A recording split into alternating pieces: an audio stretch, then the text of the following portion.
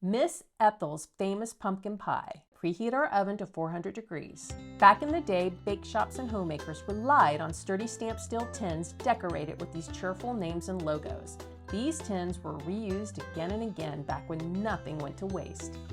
I had an older pie crust and some pureed pumpkin left in the freezer from last year that I needed to use up. And it's pumpkin season, so it's out with the old and in with the fresh.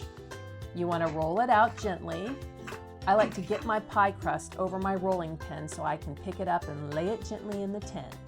And now we're just going to gently tuck the extra pie crust under for the edges.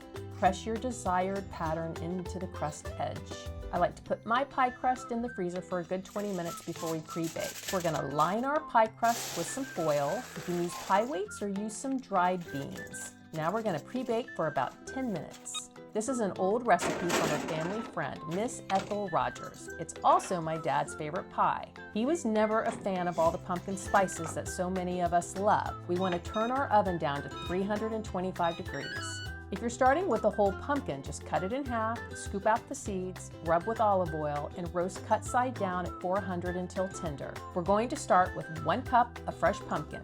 Mine was a little more soupy than it should have been, maybe from being in the freezer a little too long. But nothing that will hurt the pie, and flour won't fix. So I'm going to do 2 heaping tablespoons of flour, 1 cup of sugar. We want to mix in 2 beaten eggs and a half a cup of milk or buttermilk. I used buttermilk because that's what I had on hand. 1 teaspoon of vanilla paste, 1/8 of a teaspoon of salt. We're going to give that a quick mix.